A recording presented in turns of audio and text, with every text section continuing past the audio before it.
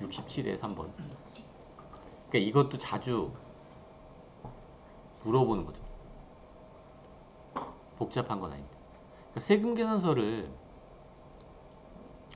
세금계산서를 발행을 언제 해야 되죠? 우리가 세금계산서 발행 언제 해야 될까요?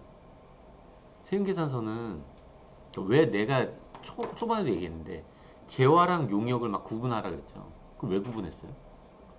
재화랑 용역의 공급 시기를 달리 규정하고 있거든요.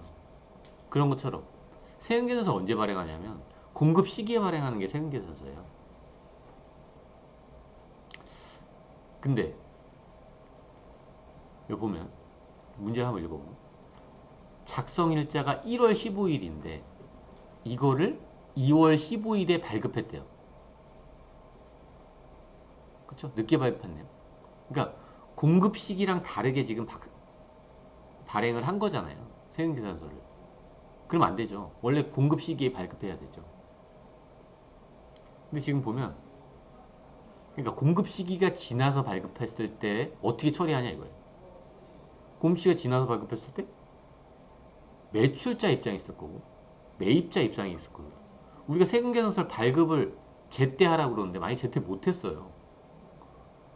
깜빡하고 한 달 뒤에 한 거야. 매출자가. 이 사람을 어떻게 해야 될까요? 그래서 이 사람한테 가산세를 물리는 거예요. 왜냐하면 공급 시기에 발행해야 되니까. 세금계산서를. 그렇다고 동일하게 취급하진 않는다는 거죠. 다음을 잠깐 보면. 그러니까 사업자가 세금계산서 발급 시기가 지난 후에 발급한 거예요. 지난 후인데 어쨌든 발급 시기 놓친 거잖아 이미. 그게 전제 조건이에요. 근데 그 재화나 용역의 공급 시기가 속하고 줄이 어디 갔어? 공급 시기가 속하는 과세기간에 대한 애니메이션. 사업자가 어쨌든 공급 시기가 속하는 과세기간에 대한 확정 신고 기한까지 세금계산서를 발급하는 경우에는 그 공급가액의 1%가 가산세를 부과된다. 내가 이때 못했어요. 지금 문제가 그거잖아요. 1월 15일에 원래 발행했어야 되죠. 1월 15일 딱 요쯤에. 근데 못한 거예요. 못했는데 2월 달에 봐야 되겠대. 이거 어쨌든 시기를 놓쳤잖아요. 전제 조건을 충족했죠. 근데 그 과세 기간이 언제죠? 6월 달까지죠. 1월 달이 속하는 과세 기간 1월 부가세 과세 기간이 1월부터 6월까지잖아요. 그리고 7월에서 12월까지잖아요. 그 해당 과세 기간이 속하는 과세 기간의 확정 신고 기한이 언제죠? 1월 달 세금계산서가 6월치 모여갖고 우리 반기 신고를 반기가 아니라 이건 반기가 아니죠 그냥 1기 신고를 하잖아요. 그럼 신고를 언제까지 하죠? 7월 25일까지 하죠. 그죠?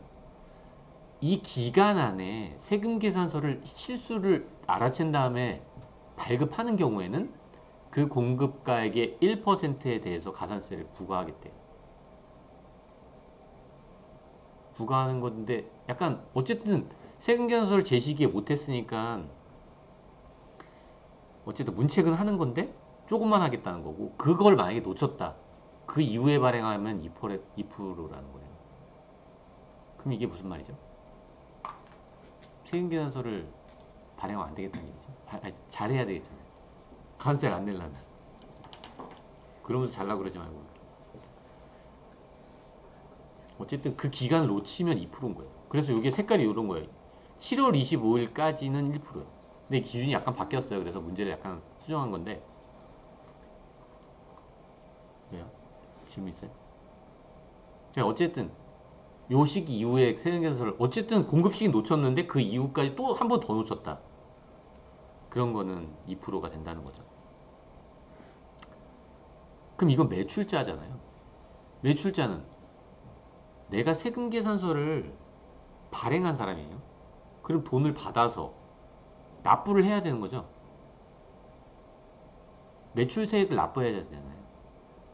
근데 그 매출세액이 매출자 입장이라면 가산세를 내더라도 납부는 다 해야 되겠죠. 가산세는 가산세대로 내고 부가세 안 냈으니까 더 내야 되는 거잖아요. 안 냈을 때 더 낸 건 당연한 거죠. 근데 그럼 받는 사람 입장을 생각해 볼게요. 세금계산서를. 세금계산서를 난 받았어요. 근데 못 받은 거죠. 발급 시기에 지금 1번을 따지면 1월 15일 날 내가 원래 받았어야 되는데 원칙보다 늦게 받은 거예요. 이 사람한테 어떻게 해야 될까요? 이 사람한테 어떻게 될까요? 이 사람한테 매입세 공제까지 못 받게 한다면 이 사람은 110만 원 주고 샀는데 10만 원을 못 돌려받는 거예요. 엄청나게 큰 타격이죠. 이 사람한테는. 못 받는 사람한테는 엄청 큰 타격이잖아요. 그러니까 그 타격을 줄까 말까요? 그러니까 여기부터 이게 가산세 규정인데 재화 또는 용역의 공급 시기 이후에 발급받은 세금계산 지금 똑같은 거죠. 지금 방금 매출자 입장을 했던 거고 이거는 역으로 매입자 입장에서 공급 시기 이후에 세금계산을 발급받은 거예요. 전제 조건이랑 똑같잖아요.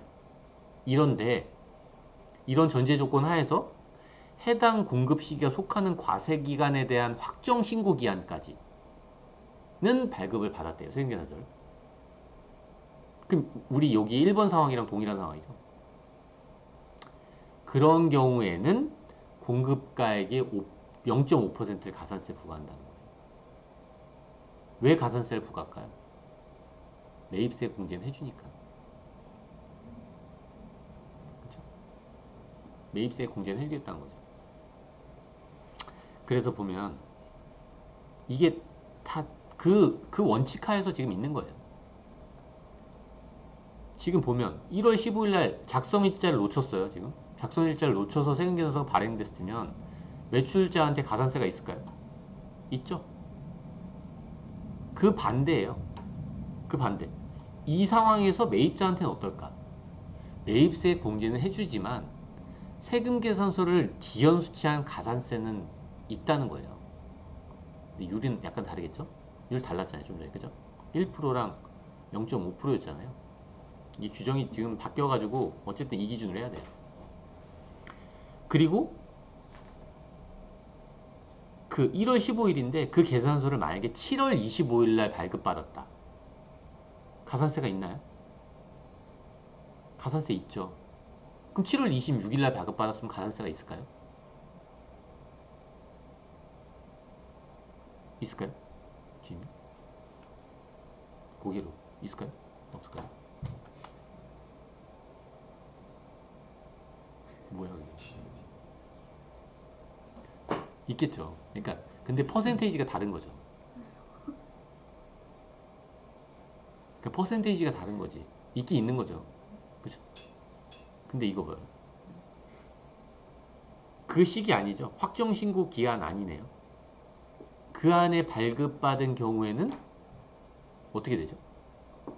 매입세가 공제되지 않는다고 하니까 틀린 거예요. 매입세액은 공제되지만 가산세가 있는 거죠. 이렇게 세금계산서 가산세가 있으니까 조심하셔야 됩니다. 3번은 여기까지 하도록 하겠습니다. 67회.